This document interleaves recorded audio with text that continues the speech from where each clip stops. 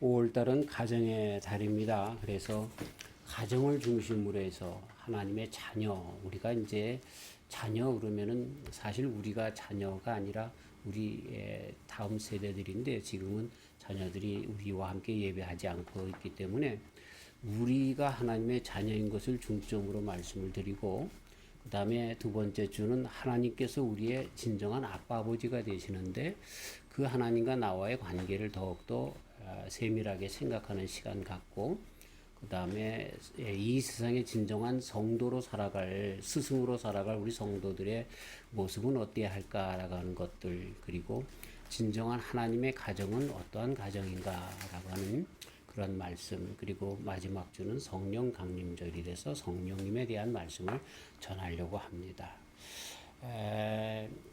지난 주간 동안은 정말로 참 아주 어려운 시기를 우리 가정이 지냈습니다. 목요일 날 우리 둘째한테서 전화가 왔는데 우리 셋째 아들인 열이가 코로나 바이러스에 걸린 것 같다는 겁니다. 그 얘기를 듣는데 우리가 참 너무 마음이 무너지고 힘들었습니다. 그도 그럴 것이 지금 우리 셋째가 양로병원에서 소셜 워커로 일하고 있는데 그 병원에 많은 사람들이 코로나 바이러스에 걸렸고 또 많은 사람들이 죽어가고 있습니다. 근데 거기서 일을 하고 있는데 소셜 워커가 몇 명 되는데 이 일 저 일로 다 빠져나가는 겁니다. 휴직을 하고 몸이 아프다 뭐 이래가지고, 그래서 우리 아들이 그 여러 사람의 몫을 그냥 해서 쉬지도 못하고 일을 하고 있는 상태가 돼서 늘 마음의 안타까움으로 우리가 늘 기도하고 있는데, 그런 말을 들으니까, 그리고 그거를 우리 둘째 애가 울면서 코로나 바이러스에 걸렸다고 하니까 참 그게 부모 마음이 그렇더라고요. 듣는 순간 그냥 눈물이 그냥 주르륵 흘러 내리는 것을 어떻게 할 수가 없었습니다. 그래서 우리 집에서 내 아내와 우리 또 장모님이 서로 말은 못하고 그냥 울적해서 열심히 기도하고 있었습니다. 지난 월요일서부터 열이 나기 시작했고 수요일 날 기침이 나기 시작해서 꼭 코로나 바이러스의 그런 모든 그 질병의 현상들이 그대로 나타나는 것을 보면서 물론 걸렸다고 다 죽는 것도 아니고 젊은이들한테는 그냥 슬쩍 넘어가는 일이 되기 때문에 한편으로는 그랬지만, 그럼에도 불구하고 100분의 1의 가능성이 있다 할지라도 그 부모의 마음은 어쩔 수 없더라고요. 그런데 한 가지 우리가 소망을 두었던 것은 검사했는데 검사 결과가 아직 안 나왔다는 거예요. 한 일주일 간다는데. 그래서 금요일 날도 물어보고 토요일 날도 물어보고 했는데 아직 결과가 안 나왔다 그랬는데 어저께 토요일 날 늦게 이제 전화가 왔습니다. 아빠 검사 결과가 음성이래. 코로나 바이러스 아니래. 아이고 그 완전히 정말 이런 표현을 해서 되는지 모르겠지만 지옥에서 천국으로 올라가는 것 같았습니다. 그리고 오늘 내 생일인데 생일 선물을 이 녀석이 그걸로 다 땜빵을 했어요. 생일 선물. 자녀라고 하는 게, 이 부모에게 자녀라고 하는 게 이런 관계구나 하는 걸 생각해 보면서, 여러 가지를 생각해 보면서 두 가지 크게 그 사건, 지난주간의 사건을 통해서 내 마음 가운데 신앙적인 교훈을 갖게 되었습니다. 하나는 뭐냐면, 그래 그게 아버지의 마음이야 하는 그런 생각을 했습니다. 그냥 무슨 말 할 것도 없이 우리 아이 중에 하나가 아프다는 이야기를 듣는데 그냥 이성적으로 생각하는 것이 아니라 그냥 순간적으로 그렇게 되는 것을 보면서, 야, 이게 하나님과 성도들의, 하나님과 주의 자녀들의 관계이겠구나 하는 걸 금방 깨닫게 되더라고요. 아멘. 그 다음에 두 번째 깨달은 것이 뭐냐면, 우리는 그 사랑을 갖고 그 아이에게 해주고 싶지만 나는 그 이야기를 듣고요, 당장 차를 타고 내가 시카고까지 가려고 그랬어요. 저는 밤안 자고 가기 때문에 1박 2일도 안 걸려요, 시카고까지. 그렇게 해서 걔하고 같이 있고 싶은 생각이 있더라고. 근데 그걸 못해요. 가도 걔랑 같이 있을 수도 없는 거예요. 그러니까 그런 안타까움이 있는데, 하나님은 어떤 분이에요? 전지전능하신 분이셔. 못하실 것이 없는 분이셔. 그걸 보면서 야, 하나님 대단하시지. 그래서 우리는 힘을 얻고 하나님 앞에 기도할 수 있었고, 그래서 지금과 같은 좋은 그러한 소식을 들을 수 있게 되었습니다. 참 우리 아버지 하나님이 얼마나 귀한 분인지, 참 신앙이 없었으면 이런 어려운 경우들이 우리들에게 닥칠 때마다 어떻게 그것을 이기며 나갈 수 있을까라고는 생각 가운데, 예수님 안에서 하나님을 아빠 아버지라고 부르지 못하는 사람들의 삶이 죽어서 지옥뿐만 아니라 살면서도 얼마나 힘든 삶일까 하는 생각을 해봅니다. 더욱더 우리가 예수님 잘 믿고 하나님의 자녀로서 특권을 누리며 살아가는 축복된 주의 백성들 되시기를 주님의 이름으로 축원합니다. 자, 여기에서 우리가 하나님의 자녀입니다. 근데 자녀라고 할 때, 이거는 자녀라고 할 때 그 자녀는 본체론적입니다. 내가 하나님의 자녀가 되려고 되는 것이 아니라, 하나님의 자녀가 되는 것은 누가 낳아야 됩니까? 하나님이 낳아야 되는 거예요. 내가 우리 부모님의 자녀가 됐다는 것은 부모님이 나를 낳았다는 거지, 내가 찾아가서 부모님의 자식이 된 게 아닙니다. 물론 양자라고 하는 개념도 있습니다. 그래서 로마서에서는 우리가 하나님과 양자가 되었다라고 하는 개념으로 그런 말씀을 하지만, 그러나 그것보다 더 큰 문제가 있는데, 이건 혈연관계입니다. 혈연관계. 독일어의 게젤샤프트라고 하는 말과 게마인샤프트라고 하는 두 단어가 있어서 다 사회라고 하는 말로 번역이 되지만, 게젤샤프트는 이익사회입니다.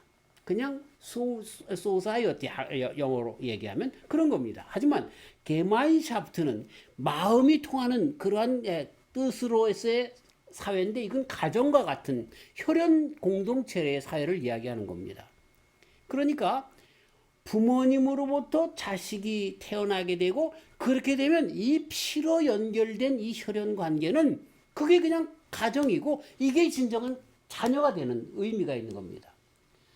사랑하는 성도 여러분, 우리가 하나님과의 관계가 바로 그 혈연 관계로 맺어진 그런 가족 관계입니다. 아멘입니다. 왜? 그리스도 예수님께서 당신의 피로 우리를 사셨기 때문에 그렇습니다. 그래서 그리스도 예수님 안에 있는 우리는 하나님과의 관계 속에서 우리가 잘못되면 아버지 하나님이 그냥 이것저것 생각하지 않고 눈물을 주르륵 흐릴 수밖에 없는 대상이 되는 하나님의 자녀인 나라는 거예요. 아멘. 야, 이 얼마나 큰 기쁨이고 감사한지 몰라요. 예. 그걸 우리가 깨닫고 살아가는 거죠. 이게 본체론적 사랑이에요. 하나님의 정말 아가페 사랑 가운데 예수님을 통해서 혈연 관계로 맺어진, 주님의 보혈의 피로 맺어진 이러한 자녀가 됐다라고 하는 것으로부터 우리의 자녀가 출발을 하는 거죠. 그러면 자녀된 우리는 어떻게 살아가야 하는가? 자녀된 우리는 어떻게 살아가야 하는가라고 하는 것입니다. 파이디온이라고 하는 말, 얘들아, 우리 지지난주에 베드로가 고기 잡으러 갔을 때 밤새도록 못 잡았잖아요. 그때 그물을 이제 씻고 있을 때에 허탕쳐 있는 그 베드로에게 얘들아, 너희에게 고기가 있느냐라고 얘기할 때 그 얘들아가 파이디온입니다. 네. 이 얘들아라고 불러줄 때가 성경에 여러 번 있었는데, 그때가 뭐냐면 우리 주님께서 당신과 관계가 있어서 하나님의 자녀가 된 자들에게 불러주는 그런 명칭이었습니다. 네. 그러니까 자녀다라고 할 때 아까 말씀드린 것처럼 그리스도 예수님의 보혈의 관계 속에서 보혈의 피로 하나님과의 그 관계 속에서 된 그런 자녀들인데, 그렇게 된 그 혈연 관계 속에서 이루어진 그 자녀들, 이들에게는 먼저 우리 주님께서 놀라운 특권을 주시는 겁니다. 그래서 보호해 주시고 양육해 주시고 치료해 주시고 용서해 주시고 축복해 주시고, 그리고 끝내는 천국으로 인도하시는 이러한 놀라운 복으로 하나님께서 우리에게 특권을 주셨습니다. 복을 주셨습니다. 인도하십니다. 광야와 같은 이 세상을 지난다 할지라도 하나님께서 우리의 삶을 그렇게 인도해 주신다라고 하는 것입니다. 더 나아가서는요, 아버지 하나님의 자녀이기 때문에 그 자녀를 위해서 하나님께서는 모든 걸 다 희생해 주시는 거예요. 그 희생이 어디에서 나타났어요? 그래요, 그리스도 예수님에게서 나타난 거예요. 그래서 당신의 생명과 같은 더 아까운 그 외아들 예수님을 십자가에 달려 돌아가심으로 그 사랑을, 아버지 된 사랑을 우리에게 부어주시는 그런 특권도 우리에게 허락해 주시는 거죠. 세상 사람들은 그걸 몰라서 멀리 차버린다 할지라도 우리는 그 하나님의 희생까지라도 우리에게 주시는 특권, 그걸 저는 특권이라고 감히 다른 말로 표현해 보는데, 그 특권을 누리시는 저와 우리 성도님들 되시기를 주님의 이름으로 축원합니다. 절대로 그리스도 예수님의 사랑, 십자가의 사랑, 하나님께서 그 십자가에서까지 보내주신 그 희생의 사랑을 놓치지 않고 살아가는 저와 우리 성도님들 되어야 할 것입니다. 그리고 더 나가서 우리 하나님은 우리에게 그러기 때문에 훈련시켜 주십니다. 만약에 훈련하지 않으면 그건 사생아라는 거예요. 그 이미 내 자식이 아니라는 거예요. 그러기 때문에 우리가 조금 잘못할 때, 또 내 뜻대로 나가려고 할 때 하나님께서 나를 채찍질하시면, 그러면 내가 하나님의 사랑을 받고 있구나라고 하는 것을 깨닫는 하나님의 귀한 자녀로 머물러 서야 한다라고 하는 것입니다. 그래서 나가야 되는데, 그러나 우리 측에서 해야 할 일이 있습니다. 하나님께서 당신의 사랑 가운데 우리를 낳아주셨습니다. 낳아주는데 그리스도 예수님의 보혈로 우리를 낳아주셨습니다. 그렇다고 하면 우리는 우리 입장에서 어떻게 해야 됩니까? 하나님께서 하셔야 할 일들은 다 하셨는데 우리는 어떻게 해야 됩니까? 그렇습니다. 보혈의 공로를 의지해야 하는 것입니다. 끝까지 의지해야 하는 것입니다. 그래서 우리의 삶이 그리스도 예수님을 한 번 믿는 것으로 끝나는 것이 아니라 삶 가운데 계속해서 그리스도 예수님을 의지하고 붙잡는 그 삶을 살아가야 한다라고 하는 것입니다. 그리고 이런 삶은 어떻게 나타나냐 하면 우리의 욕심, 그것이 우리의 삶 가운데 십자가일 것인데, 그 욕심을 못 박는 것이, 내 욕심과 고집과 이런 모든 것들, 이런 것들을 십자가에 못 박는 그런 것이 그리스도 예수님 안에서 정말 새롭게 되어지는 그런 가운데 나가면서, 그리고 말씀 가운데, 그렇죠? 나의 욕심을 버리고 십자가에 못 박고 주님께서 원하시는 것이 무엇인지를 말씀 가운데 자꾸만 되새기면서 그 말씀을 부여잡고 나가는 삶을 살아가는 것, 이것이 주님의 자녀로 살아가는 것이다 라고 하는 것입니다. 우리가 새벽 기도회 때에 신명기서를 요즘 읽어 나가고 있는데, 신명기서에 보면 7장으로 넘어가면서 어떤 말씀이 있냐면, 이스라엘 백성들에게 뭐라고 말씀하시냐면, 야, 너희들이 잘나서, 너희들이 수요가 많아서, 너희들이 능력이 많아서 내가 너희들을 애굽에서 빼내서 가나안으로 보내는 줄 아느냐? 아니라는 거예요. 첫 번째로는 하나님께서 아브라함과 약속했기 때문에 그 언약을 지키려고 하나님께서 뱉은 말이 있기 때문에, 아브라함 의인이요 온유한 자였던 그 아브라함과 약속이 있었기 때문에 그렇게 하신다는 거예요. 그리고 두 번째 이유가 뭐예요? 그건 너희들이 잘나서가 아니라 이미 가나안 땅에 살고 있는 그 가나안의 모든 족속들, 여부수 족속, 시위 족속, 가나안 족속, 뭐 이런 모든 족속들이 타락해 있기 때문에 쓸어버리기 위하여 너희들을 보낸다는 그런 이야기입니다. 그러시면서 주신 말씀, 우리가 정말 두려운 마음으로 들어야 할 말씀이 뭐냐면, 너희들이 그 가나안 땅에 살다가 그 지경에 있는, 내가 그래서 쓸어버릴 그들과 똑같이, 여부수 족속, 시위 족속, 뭐 이런 족속들과 똑같이 너희들도 그 땅에 들어가서 내 말 듣지 않고 그렇게 삐딱하게 나가면 너희들도 마찬가지로 멸망시킬 것이다, 이렇게 말씀해 주시고 계십니다. 그래서 뭐라고 얘기하십니까? 너희들은 그 땅에 들어가면 하나님의 명령, 규례, 법도, 말씀, 이거를 끝까지 준행할지니라, 지킬지니라, 이렇게 말씀하고 있는 겁니다. 자, 이 말씀은 곧 뭐예요?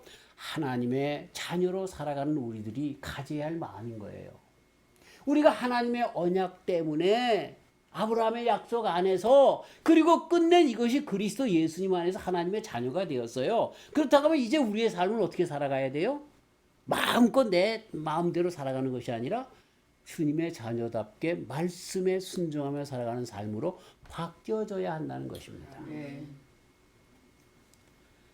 죽었다 살아난 사람이, 그쵸, 물에서 빠졌는데 건져냈는데 내 보따리 내놓으라 그런 얌체 같은 사람으로 살지 말고 그분에게 감사하며 그쵸? 은혜 갚는 삶으로 살아가야 하는데 어떻게 은혜 갚느냐? 그건 하나님의 말씀, 규례, 법도, 명령 지키며 살아가는 삶으로 살아가야 한다. 이것이 바로 하나님의 자녀가 된 성도로서의 삶이다라고 하는 것입니다.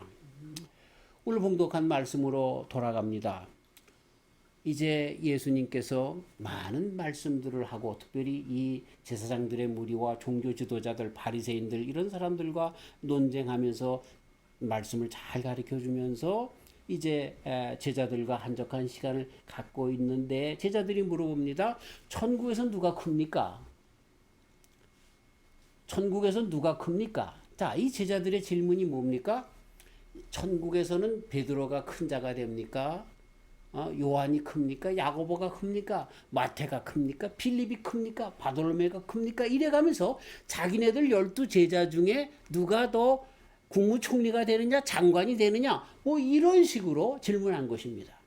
자, 이 질문에는 기특한 점이 하나 있어요. 그게 뭐냐면 다 천국에 간다는 가정이 그 제자들에게 있었습니다. 근데 예수님의 대답을 한번 들어보실까요? 예수님의 대답은 뭐라고 하고 있어요? 어린아이와 같이 낮추지 아니하면, 그렇죠? 그렇게 얘기하면 어린아이와 같지 아니하면 천국에 들어갈 수 없고, 그 다음에 두 번째로 어린아이와 같이 자기를 낮추는 사람이 천국에서 큰 자다라고 하는 말씀을 하고 있는 것이에요. 자, 여기서 그들이 천국에서 누가 큽니까? 제자들이 질문했는데 예수님의 답은 두 가지로 대답을 합니다. 한 가지 뭐냐면 야, 천국 가려면 어린아이와 같아야 된다라고 말씀하면서 너희들 중에 혹시 못 갈 사람들도 있겠구나라고 하는 여지를 두고 있는 것입니다. 예. 이 제자들은 자기네들이 분명히 간다라고 생각을 했는데 믿음이 있다라고 생각했는데 믿음이 없는 자도 있을 수 있다는 것을 여지를 둔 것입니다. 아마 예수님께서 가룟 유다를 염두에 두고 그랬는지도 모르겠죠. 그러나 여기서는 무슨 이야기입니까? 오래 신앙생활을 했다 할지라도 교인 생활을 했다 할지라도 내가 천국엔 분명히 간다라고 생각한다 할지라도 그리스도 예수님과 주로서의 관계가 없는 사람은 아니다라고 하는 것을 딱 잘라 말씀해 주고 계시는 것과 두 번째, 그래서 예수님을 만난 하나님의 자녀가 된 사람들은 어떤 사람들이냐면 낮은 자가 된다는 거예요. 겸손이라고 하는 말로 다르게 쓸 수 있는 이 낮은 사람으로 하나님의 자녀가 된 사람들의 특징이 나타난다는 거예요. 우리 예수님께서 회개에 합당한 열매를 맺어라 라고 하신 말씀의 뜻이 무엇인 줄을 알 수가 있는 거죠.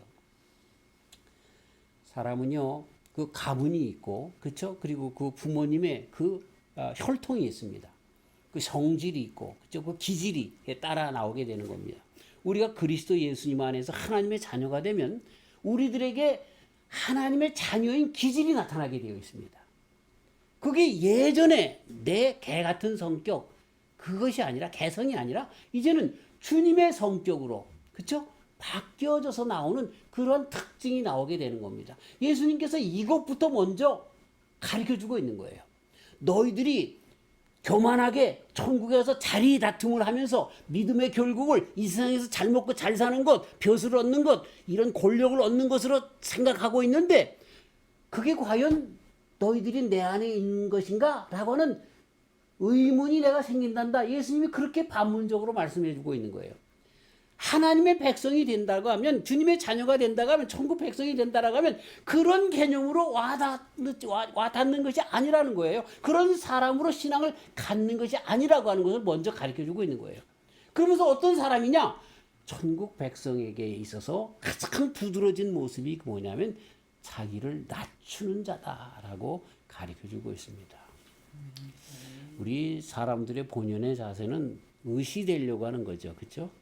조금만 모자라면 V자를 그리고 내가 이렇게 했다고 그러고 자수성가했다라고 그러고 뭐 내가 뭐 목회자를 나를 예를 들어서 하면 맨 땅에 헤딩해서 지금 이런 교회를 했다고 어디 하나님의 영광이 있는지 하나도 모를 정도로 그렇게 의시되고 싶어하는 그런 자기를 높이려고 하는 그런 마음이 우리 모든 사람들에게 있습니다. 그런데 천국 백성들의 특징이 뭐예요? 지극히 작은 자라고 하는 그러한 모습이 그 속에 있는 것입니다. 나를 비우고 나를 겸손하게 내리고 그리고 하나님께서 이런 모든 일들을 하셨다라고 하는 그런 고백으로 서는 자들이 되어진다라고 하는 것입니다. 하나님의 자녀로서 살아가는 그 모습 가운데 그러기 때문에 특별히 나타나는 것, 나를 낮추는 것인데, 낮춘다는 뜻이 무엇일까요? 여러 가지로 풀이할 수 있는데 몇 가지만 잠깐 생각해 봅니다. 그게 뭐예요? 내 생각을 주장해서 그냥 펼치는 것이 아니라 하나님의 뜻이 무엇인지를 헤아리는 사람이 된다는 거예요. 이게 하나님의 자녀의 특색입니다. 예. 어떤 일이 있으면 내 주장대로 나가는 게 아니라 하나님께서라면 이때 어떻게 하시지? 겸손하게 우리 주님의 말씀을 들으려고 하는 것이 바로 하나님의 자녀로서 살아가는 모습인 것입니다. 하나님의 뜻이 무엇인지 이걸 먼저 헤아립니다.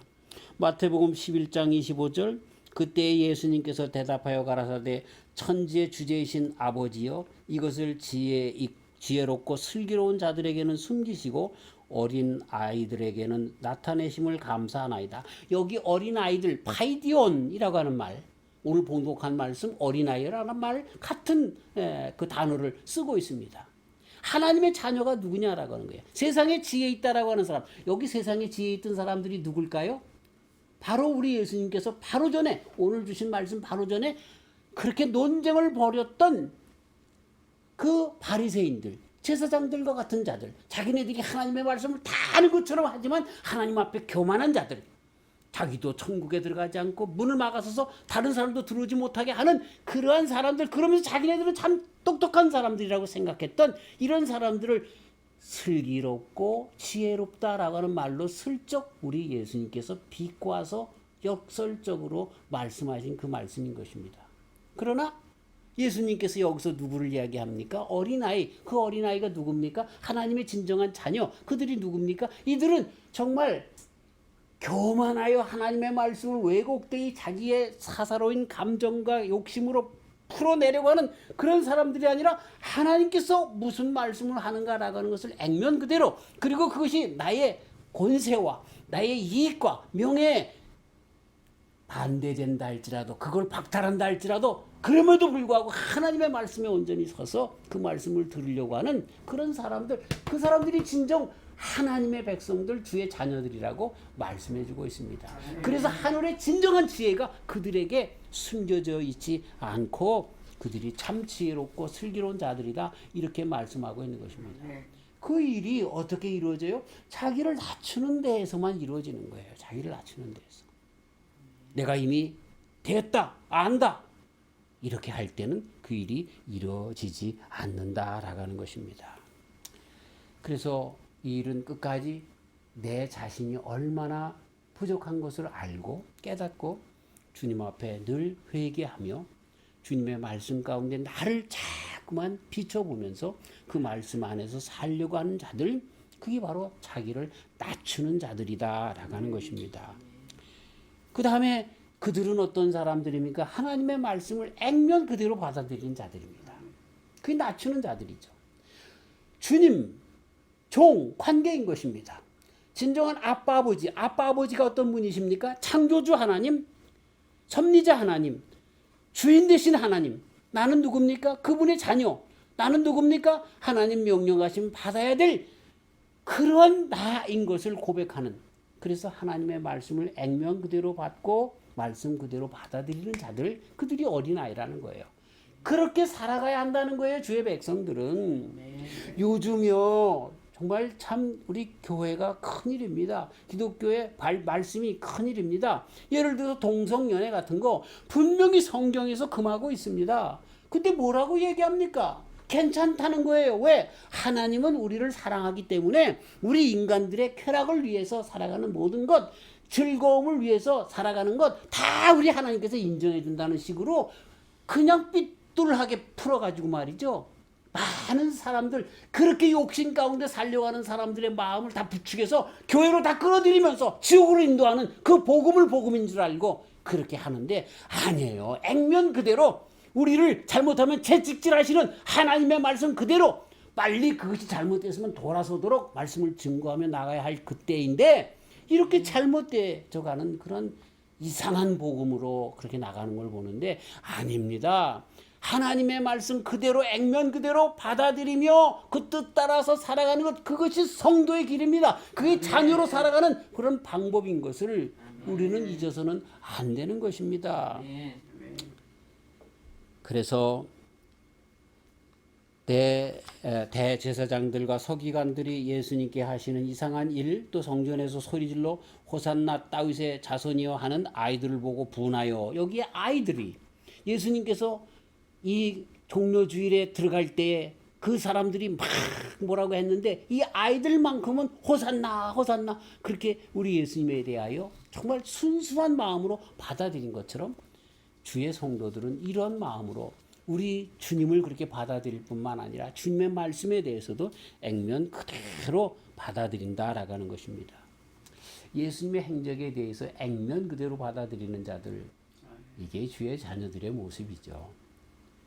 전도하다 보면 야, 사람이 어떻게 동정녀에서 태어나냐, 야, 사람이 죽었다고 어떻게 살아나냐, 야, 예수님이 물 위를 어떻게 걷냐, 사람인데, 등등의 얼마나 많은 쓰잘데없는 미혹의 영에 사로잡혀서 하는 말들을 하는지 모릅니다. 그래요. 맞아요. 그게 어떻게 믿어집니까? 하나님의 은혜죠. 하나님의 은혜죠. 저는 그럴 때마다 그런 반문을 합니다. 만약에 예수님이 하나님이신데 하나님의 아들로 오셨는데 물 위로 걷지 못한다고 하면 그런 예수님 믿을 필요가 있는가? 하나님의 아들로 오셨는데 돌아가셨다 사흘 만에 부활하지 못한다라고 하면 그건 인간이지 뭘 하나님이야? 오히려 그러한 마음이 생기는 거예요. 우리의 신앙은, 그렇죠? 예수님의 모든 행적, 예수님 당시 어린아이들이 그냥 무조건 호산나 찬송하리로다, 메시아 하나님의 아들로 오시는 분으로 고백한 것처럼 이런 신앙으로 나아갈 수밖에 없는 거죠. 저와 우리 성도님들이 이러한 신앙으로 나가는 저 우리 성도님들 되시기를 주의 이름으로 축원합니다. 그냥 아무런 생각 없는 거예요. 주님 그대로 액면 그대로 받아들이는 그러한 믿음으로 나아가야 하는 거죠. 너무 자로 재지 맙시다. 자로 잰다고 아는 게 뭐가 있겠어요. 네. 무슨 요일인지도 모르고 살아가는 우리들인데, 며칠인지도 모르고 살아가는 우리들인데 얼마나 무능한지 모릅니다. 자, 그러면서 이러한 하나님의 말씀과 뜻을 따라서 살아가며 하나님을 높여드려가며 살아가는 그 삶이 우리의 삶 속에서 그대로 나타나는 겁니다. 그렇죠?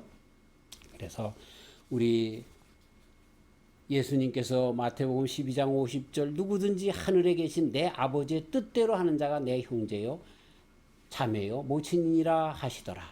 그렇게 말씀하시고요. 예수님께서 이르시되 얘들아 너희에게 고기가 있느냐라고 하는 제자들에게도 얘들아, 그 얘들아, 어린아이들, 자녀 이런 말을 쓸 때마다 꼭 그 뜻대로 행하는 자들을 그렇게 우리 주님께서 불러주신 것을 보게 됩니다.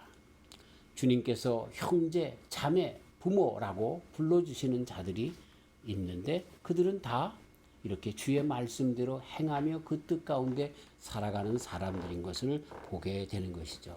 신앙이라고 하는 것은 우리들의 믿음과 행위가 떨어져 있는 것이 아닙니다. 불가분리의 관계인 것입니다. 믿음 있는 사람들은 그 믿음으로 행함이 나타나는 거죠. 어쩌면 이런 관계 속에서 불교의 자비라고 하는 것과 기독교의 사랑, 자비를 뛰어넘는 사랑과의 관계가 분리된다고 볼 수 있습니다. 우리는 자비의 마음을 품고 그것으로 끝나는 것이 아니라 양선과, 그렇죠? 그들에게 정말 봉사로서 우리의 사랑을 나타내 보이는 행함이 나타나 보이는 것이 우리 기독교인 것을 보게 됩니다. 서방의 많은 나라들, 유럽의 많은 나라들은 어쩔 수 없는 기독교 국가고 정신이 기독교 정신으로 가득 차 있습니다. 그래서 세계에 식량난이 있거나 어려움이 있을 때마다 그 유럽의 나라들이 제일 먼저 의사를 그곳으로 보내고 그리고 많은 음식물들을 또 구호품들을 보내는 일들을 합니다. 어쩔 수 없는 그리스도 예수님의 사랑의 삶이 행동으로 나타날 수밖에 없는 것입니다. 어디 불교 나라가 그렇게 할 수 있습니까? 그들은 자비가 있습니다. 그러나 아침마다 공양하러 내려와서 마을에 있는 사람들 다 음식을 거둬다가 자기네들만 먹는 일을 합니다. 제가 불교를 그렇게 허잡히 해서 그렇게 말하는 것이 아니라 이 그런 모든 모습 속에서 우리 기독교와 다른 종교의 그런 문제가 그렇게 있다라고 하는 것도 우리는 볼 수가 있는 것입니다. 그러나 요즘은 교회가 너무 교회만 치부하려고 해서 정말 많은 사람들의 오만상을 찌그리는 그런 일도 있지만 본래 우리 주님께서 주신 말씀은 사랑과 행함이, 믿음과 행함이 같이 있는 것이다 라고 하는 것입니다. 그래서 오늘 말씀의 마지막이 뭡니까? 그래서 성도끼리의 사랑으로 보여준다는 거예요. 어린아이가 되어서 이렇게 정말 적은 자에게 그렇게 돕는 것으로 나타나는 삶으로 보여준다. 서로 영접하는 그런 관계 속으로 나타나는 것을 가르쳐주고 있습니다. 신앙인은 하나님께 속한 자이기 때문에 그들에 대한 평가는 그 아버지 되신 하나님께 대한 평가인데, 그런데 이것이 먼저 아브라함의 복을 통해서 보면 아브라함에게 먼저 그 자녀들에게 복을 주신 것처럼 이렇게 성도들도 그 모든 그 공동체 안에서 먼저 그렇게 축복해 주시는 것으로, 그렇게 서로 공동체 안에서 사랑하는 것으로 그렇게 나타나고, 그리고 갈라디아서 6장 10절에 있는 말씀처럼 그러므로 우리는 기회 있는 대로 모든 이에게 착한 일을 하되 더욱 믿음의 가정들에게 할지니라 라고 하면서 믿음의 가정들에서부터 이러한 사랑의 행위를 해 나가야 할 것을 가르쳐주고 있습니다. 더 나아가서 고린도전서 6장 19절 너희 몸은 너희가 그 하나님께로부터 받은 바 너희 가운데 계신 성령의 전인 줄을 알지 못하느냐라고 말씀하시면서 성령의 전인 우리 몸과 그리고 교회에 그렇게 중점적으로 그 모든 일들을 시작하면서 나가야 할 것을 가르쳐주고 있는 것입니다. 주님을 믿고 따르려고 하는 어린아이들, 성도들을 영접하는 것, 그것이 곧 예수님을 영접하는 것이라고 가르쳐주고 있습니다. 우리 예수님께서 선교사들을, 선지자들을 주님의 이름으로 선지자의 이름으로 대접하는 자들은 선지자의 상을 그대로 주실 것이라고 마태복음 10장 40절 이하에서 가르쳐주고 있는 것입니다. 우리가 이렇게 성도 안에서부터의 그런 모든 그런 가치 있는 성도 안에 사랑으로부터 실천이 시작되어서 이러한 것을 행함으로 온전히 나아가는 저 우리 성도님들이 되어야 할 것입니다. 바로 이러한 것들 속에서 무엇을 우리들에게 말씀해 주고 있냐면 천국에 들어갈 자들 하나님의 자녀의 특성이 그리스도 예수님 안의 보혈로 하나님의 혈연 관계 속에서 자녀가 된 자들의 특징이 나타나는데, 바로 이것이 하나님을 전적으로 의지하는 것으로, 자기를 낮춤으로 하나님 앞에 전적으로 의지함으로 나타난다고, 그것이 진정한 성도의 모습이라고 가르쳐주고 있습니다. 이런 의지라고 하는 것에는 우리들의 신앙의 모습이 무엇인가, 신앙이 무엇인가라고 하는 것을 가르쳐주고 있죠. 어려운 가운데 있으면 있을수록 어떻게 되는 거예요? 더 부모를 붙잡는다는 거죠. 깜깜한 길을 가게 되면 어떻게 됩니까? 아무것도 보이지 않을 땐 엄마 손을 꽉 붙잡는 거죠.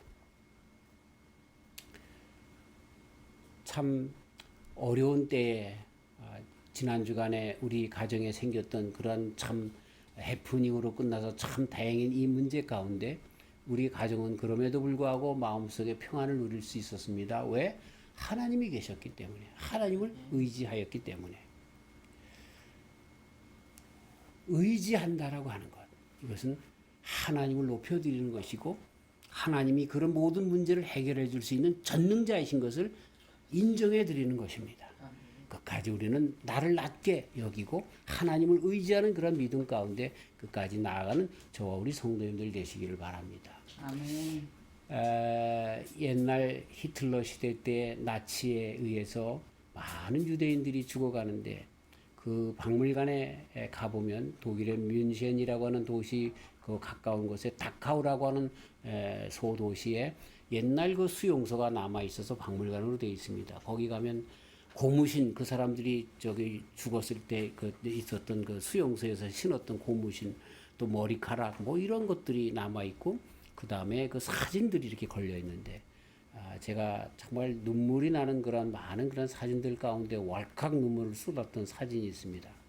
한 서너 살 먹은 아이들을 둘을 이렇게 앞세우고 어머니가 걔네들하고 같이 가는 겁니다. 어디로 가는 길일까요? 그래요, 가스실로 가는 겁니다. 죽으러 가는 겁니다. 근데 그 아이들의 모습은요, 천진난만합니다. 왜? 어머니가 가기 때문에. 그게 죽음으로 가는 길인지 몰라요. 나 그걸 보면서요, 큰 위로를 받습니다. 우리가 아무리 사지로 나간다 한들 하나님과 함께 하고 나간다고 하면 우리들의 모습이 저렇게 천진난만한 모습이 아닐까 하는 생각을 갖습니다. 우리 예수님께서 겟세마네 동산에서 기도할 때 십자가를 놔두고 했던 기도의 모습이 끝내 그런 모습이 아닐까.